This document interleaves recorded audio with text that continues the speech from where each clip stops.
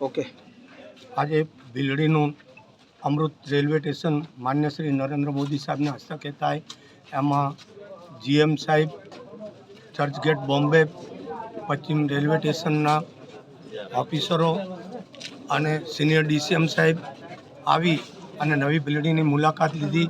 એ બદલે નવી ભીલડી સરપંચ તરીકે કાંતિ માળી એમનું ખૂબ જ હાર્દિક ફૂલોથી સ્વાગત કરું છું.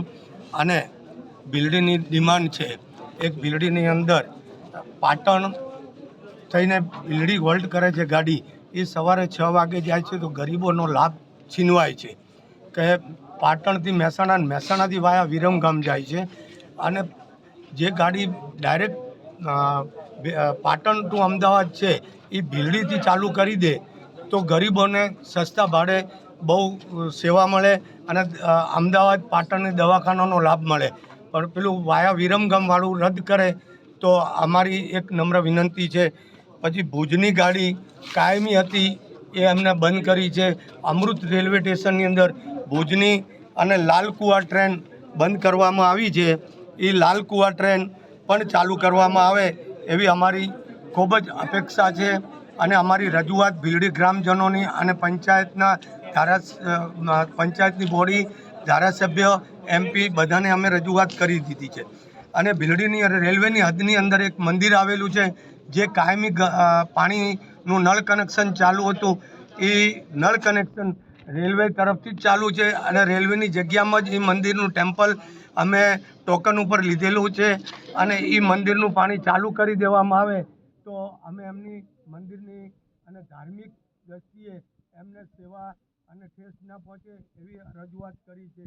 પછી ભીલડી સોયલા રોડ ઉપર એક 43 એ ફાટક ઓવરબ્રિજ બની જાય તો એક ઘણી સુવિધાઓ મટી જાય છે. 2 કલાક ફાટક બંધ રહે છે અને ડિલિવરીના પ્રસંગે અમને ખૂબ તકલીફ પડે છે. એવી 2 મોતો પણ થઈ ગયેલી છે. જાહેર અમારા ભીલડીની અંદર કોઈ જગ્યા નથી. ભીલડીની જગ્યા અમે રેલવેને આપેલી છે.